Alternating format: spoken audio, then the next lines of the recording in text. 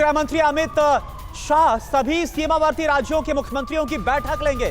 दोपहर 2 बजे बैठक लेंगे। मुख्यमंत्रियों के अलावा इन सभी राज्यों के पुलिस महानिदेशक, मुख्य सचिव भी वीडियो कॉन्फ्रेंसिंग के जरिए जोड़े जाएंगे। तो ये बहुत बड़ी खबर है। तमाम जो सीमावर्ती राज्य हैं जो पाकिस्तान के साथ लगते हुए हैं, उन राज्यों के मुख्यमंत्रियों की बैठक ली जाएगी। दोपहर 2 बजे ये बैठक होगी। इस बैठक को लेकर क्या खबर है आमोद?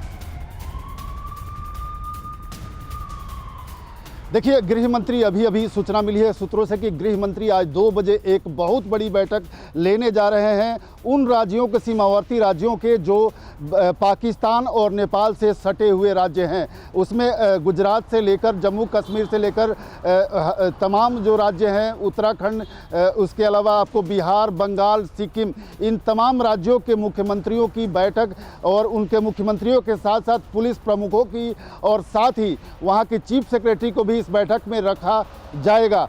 निश्चित तौर पे एहतियात के तौर पे जिस तरह से पाकिस्तान अपना रुख एग्रेसिव दिखा रहा है, तो भारत की जो सीमा सुरक्षा नेपाल से सटा हुआ है, चूंकि वल्नरेबल पोजीशन उस तरफ भी होता है, लिहाजा आज गृह मंत्री निश्चित तौर पे मजबूत इंटेल मिला होगा, इनपुट मिला होगा। उसके बाद वो आज बिहार, बंगाल और सिक्किम के मुख्यमंत्रियों को भी इसमें जोड़ा गया है और नेपाल और पाकिस्तान की सीमा से सटे हुए सभी मुख्यमंत्री, डीजीपी और चीफ सेक्रेटरी की बैठक लेंगे।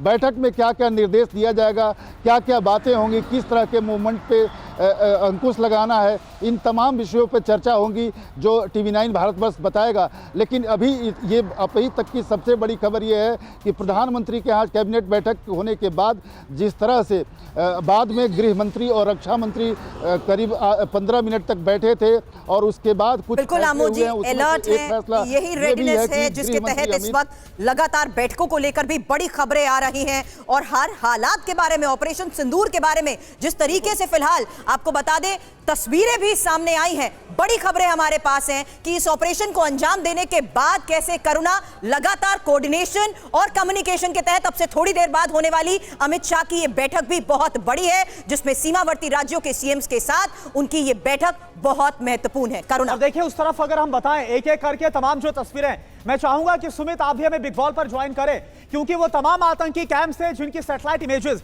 जो सेना की तरफ से भी दिखाई गई, जो प्रेस कॉन्फ्रेंस की गई और बताया गया और सबूत के साथ, सुमित बताइए कैसे बताया गया कि वहां पर क्या हालात थे और जब स्ट्राइक हुई तो क्या हुआ वहां पर? देखिए, सबसे कमाल की बात यह कि इसमें हर पिक्चर के अंदर आपको बिफोर और आफ्टर दोनों तस्वीरें दिखाई गई कि पहले जो इलाका हमने दिखाया एयर स्ट्राइक से पहले और उसके बाद जब एयर स्ट्राइक्स की गई उसके बाद का इलाका। और देखिए ये पूरा कैप्चर हुआ कि जब वो मिसाइलें दागी गई, उधर छोड़ी गई, तब उसके पूरे विजुअल आए। ये देखिए, ये तस्वीरें हैं उन इलाकों की और ये इसलिए क्योंकि ये अब्बास कैंप है, कोटली का इलाका, पाक ऑक्यूपाइड कश्मीर का इलाका है और इन इलाकों में भी इस तरीके की एयर स्ट्राइक्स इसलिए की गई क्योंकि इन कैंप से लगातार जैश हो या फिर हिजबुल मुजाहिदीन हो, ये लगातार अपने आतंकियों को आगे भेजते रहते हैं। और हर कैंप के बारे में स्पेसिफिक इनपुट था कि देखिए इसी कैंप से पहले किए गए आतंकी घटनाओं के साथ इसके तार जुड़े हुए थे और खास बात यह भी कि यहां पर अभी भी आतंकियों की मौजूदगी की बात लगातार फोर्सेस के पास थी और यही वजह है कि एक नहीं मल्टीपल जगह पर इस तरीके के अटैक किए गए। मल्टीपल लोकेशंस की इन तस्वीरों के साथ राठौर सर प्लीज आप भी आज इंफॉर्मेशन वॉल पर मुझे ज्वाइन करिए,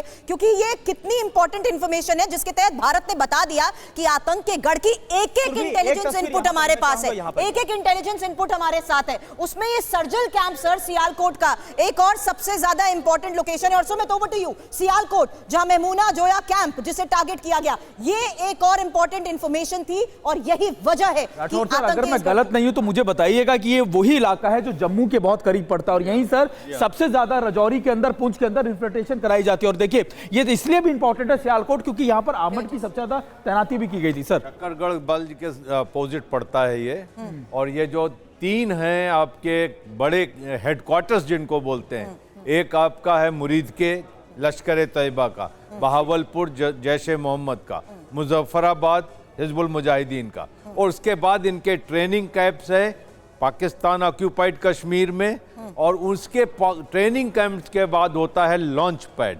तो जो How do we understand these pictures, sir? ये भी जरा समझाइए ना प्लीज। ये इनका एक ट्रेनिंग कैंप है वहां पर जो कि टारगेट किया गया है और सबसे बड़ी बात ये होती है कि इसके अंदर में NTRO ने जो टेक्निकल इंटेलिजेंस निकाली और उस टेक्निकल इंटेलिजेंस से पता चला कि यहाँ कितने लोग होंगे ठीक है। और खासकर ये कैसे पता चलता है कि अगर 50 टेररिस्ट हैं तो एटलीस्ट 50 बिल्कुल सर, यानी कि जो मोबाइल सटीक फोन- जानकारी निकाली गई इंटेलिजेंस इनपुट, उसके उस आधार पर तरीके हमले से को अंजाम निकाला दिया जाता गया। है दो कि और यहाँ वीडियोस हैं। पर मैं चाहूंगा कि 50 आप मनीष आप भी हमें ज्वाइन इन करें और आप जो एक्टिव अगला है। वीडियो है Okay, उससे आप understood, ब्रीफ करें। sir. मनीष आप भी आइए, मनीष आप आइए प्लीज। और ये देखे मरकज सुभान अल्लाह बहावलपुर, ये बहुत जरूरी है। जैश ए मोहम्मद का हेडक्वार्टर ये तबाह हो गया, मसूद अजहर का परिवार खत्म हो गया। सबसे खास जो आपने अटैक हाँ। वो यही था कि जैसे मोहम्मद का हेडक्वार्टर जहां पर मसूद अजहर के परिवार के 14 लोग मारे मारे गए। गए। अब देखिए सबसे बड़ी बात है ये कितना बड़ा कैंपस है।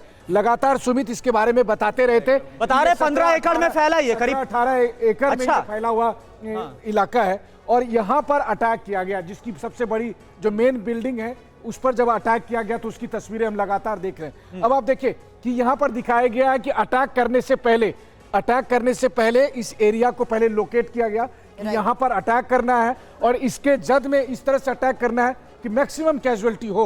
और कोहली आफ्टर हिट क्या है सर, एक वो बार आप आइए साफ तौर पर प्लीज, यहाँ पर एक बार आप दिखाई भी दे सकते हैं। इंफॉर्मेशन वॉल पर आइए। और मुरीदके की बात इसलिए कर रही हूँ क्योंकि मरकज ताइबा के जिस तरीके से इस लोकेशन को टारगेट किया गया है उसमें एक नहीं 4 हिट को लेकर लगातार इन तस्वीरों के जरिए सामने आया है। How do you decode these visuals sir? जरा प्लीज कोहली सर आइए इस तरफ आइए। मुरीदके में जिस तरीके से इस ऑपरेशन को अंजाम दिया गया है, हाउ शुड वी रीड? बिल्कुल सर। बताइए। ये देखिए मुरीदके में एलईटी का जो कैंप है ये बहुत बड़ा है। बिल्कुल। इस इन टू नंबर ऑफ एकड़्स और यहाँ पर इनकी कई बिल्डिंग्स हैं। इन्होंने मॉस्क बना के रखी हुई है, इनके स्कूल्स हैं, यहाँ पर इनके सेंटर्स हैं जहाँ पर ये इनकी ट्रेनिंग करते हैं और इनको इंडोक्ट्रिनेट करते हैं। तो और ये बड़े आराम से बैठे हुए थे और ज़्यादा दूर नहीं है, मुरीद के लाहौर के ऊपर ही है।